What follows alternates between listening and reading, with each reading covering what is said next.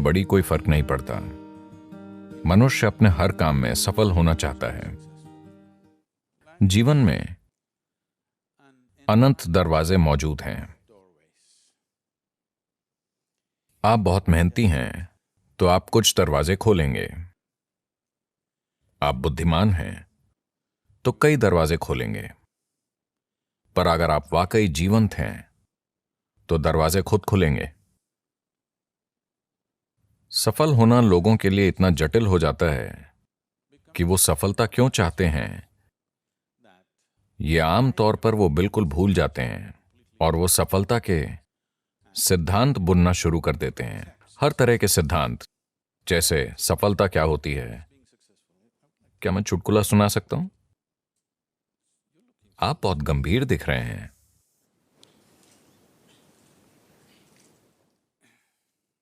भारत में एक आदमी था, शंकरन पिल्लई। अच्छा, ये जॉन स्मिथ की तरह है।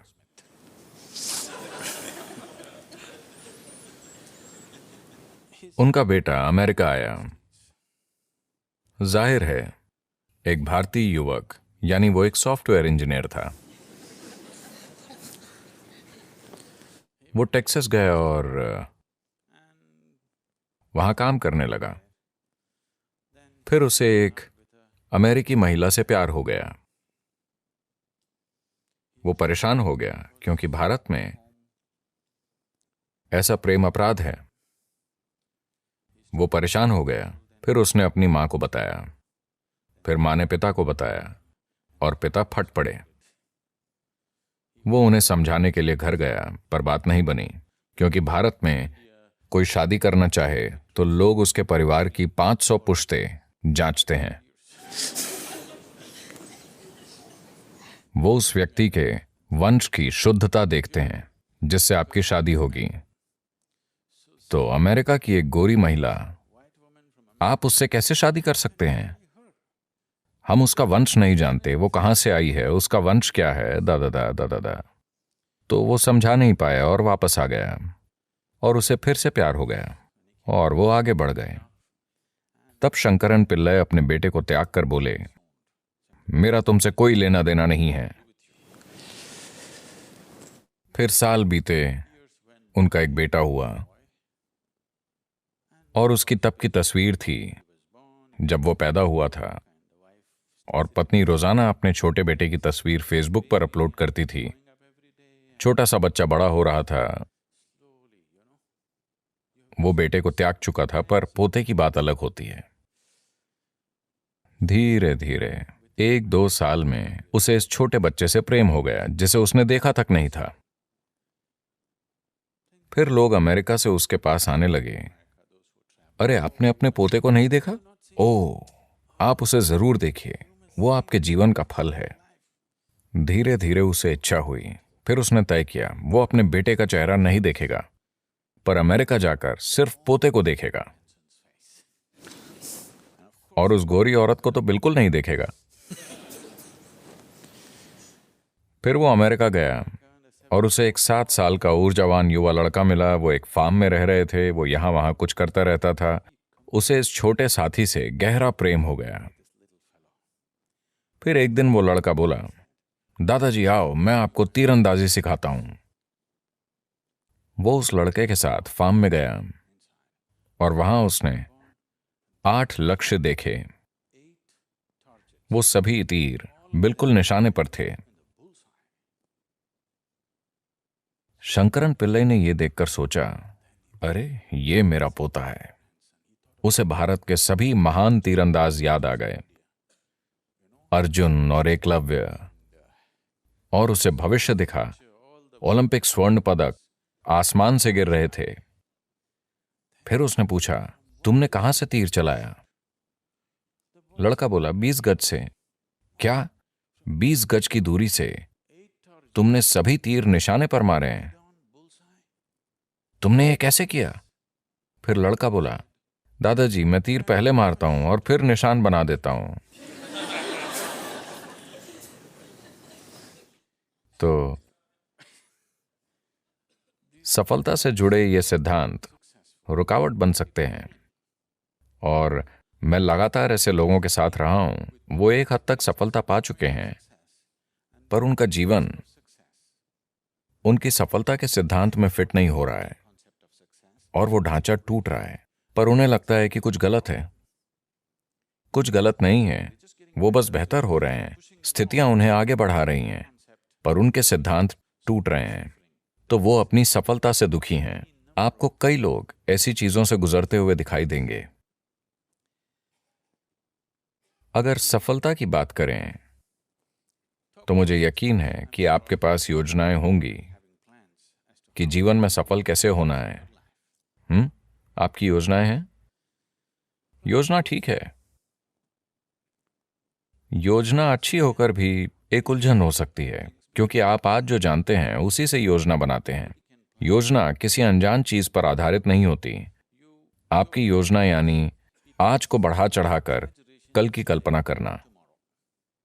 अभी आप यहां एक स्तर पर हैं। आपकी योजना यह होती है कि ये इतने वर्षों में 10 गुना होना चाहिए या 100 गुना या लाख गुना हो जाए। But plan is just essentially an exaggeration of what is today. पर योजना यानी आज की स्थिति को बढ़ा चढ़ाकर की गई कल्पना। शायद इसके पीछे कोई तर्क हो, शायद आप उससे जुड़ी चीजें समझते हों, पर मूल रूप से आप आज की ही बढ़ा चढ़ाकर कल्पना करते हैं। यानी कई मायनों में वो सभी संभावनाएं खत्म हो जाती हैं जो अभी आपके अनुभव में नहीं हैं। आपने पेंसिल्वेनिया की बाढ़ के बारे में सुना? पेंसिल्वेनिया में बाढ़ आती है। आपको पता है, एक बार एक बड़ी बाढ़ आई और एक शहर में पानी इतना ऊपर उठा कि घर डूबने लगे। तो 2 छोटे लड़के अपने घर की छत पर चढ़कर बैठे थे। फिर उन्होंने अपने घर के सामने एक टोपी को ऊपर नीचे होते देखा। एक ने पूछा, वो टोपी ऊपर नीचे क्यों हो रही है? दूसरा बोला, चिंता मत करो, वो मेरे पिताजी हैं। कल उनका मेरी मां से झगड़ा हुआ था और उन्होंने प्रण लिया था, नरक या ऊंचा पानी, मैं लॉन जरूर काटूंगा।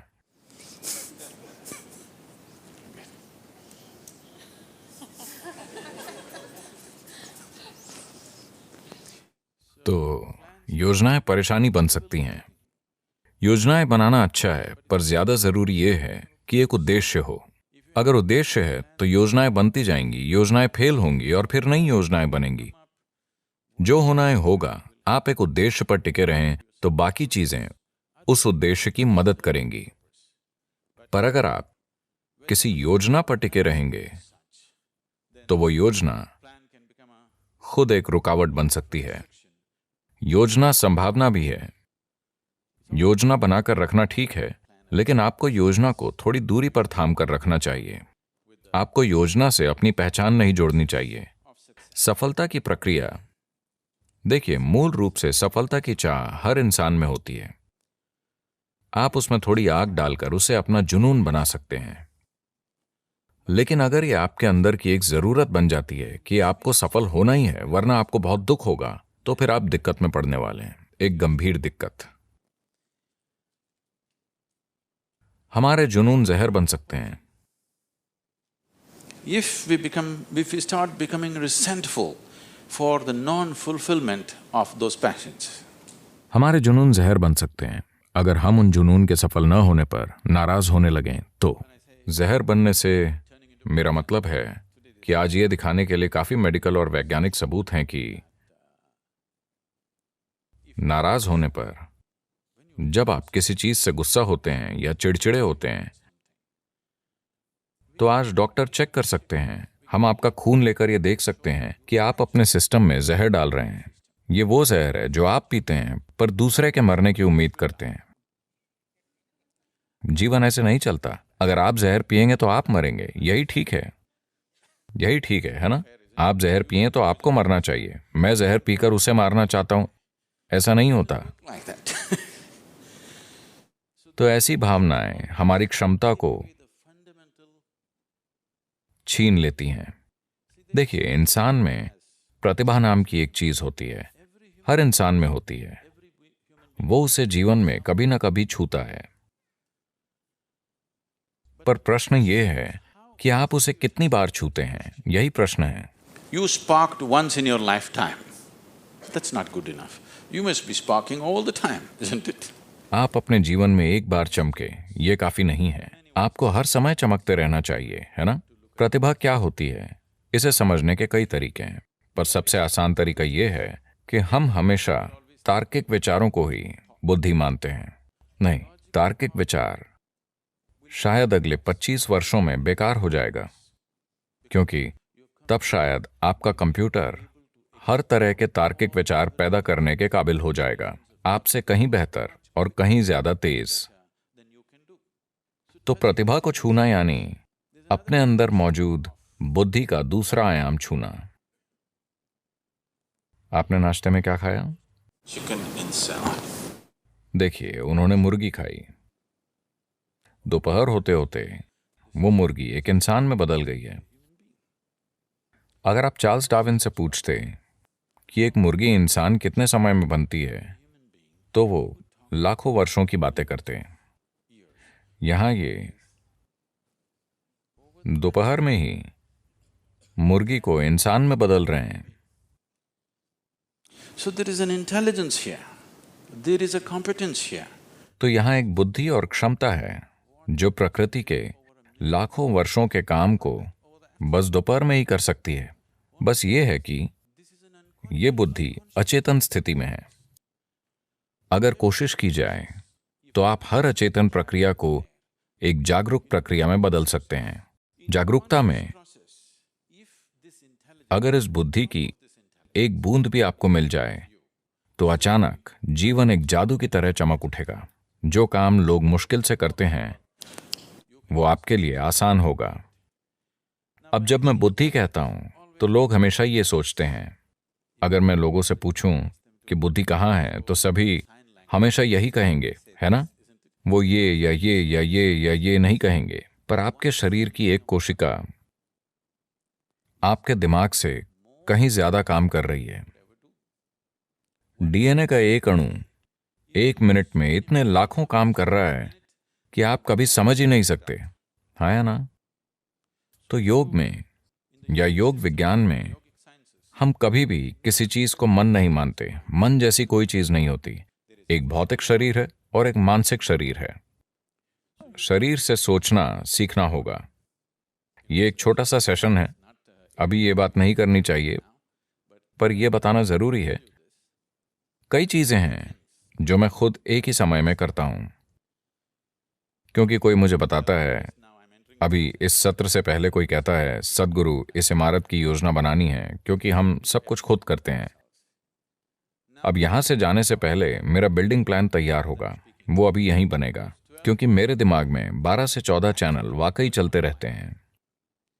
सिर्फ दिमाग में ही नहीं, शरीर से भी सोचा जा सकता है। आप शरीर से सोचना सीख लें तो कभी सिरदर्द नहीं देगा। यह सबसे अच्छी बात है। इतनी जिम्मेदारियां हैं और कई चीजें एक साथ चल रही हैं, तो क्या तनाव नहीं होता? बिल्कुल नहीं होता, क्योंकि आप अपने एक गहरे आयाम का इस्तेमाल कर रहे हैं और सभी कर सकते हैं। यह आयाम सभी में है। शायद आपके तर्क का स्तर किसी दूसरे से कम हो, सभी की तार्किकता अलग अलग होती है, पर हर इंसान, अगर आप एक गाजर खाते हैं तो उसे पचा सकते हैं, यानी आप में बुद्धि का एक और आयाम है। हाँ, अगर कोई व्यक्ति ऐसी स्थिति बनाए कि सिस्टम के अंदर जो भी है वो आपके लिए उपलब्ध हो, तो ऐसे व्यक्ति का सफल होना तय है।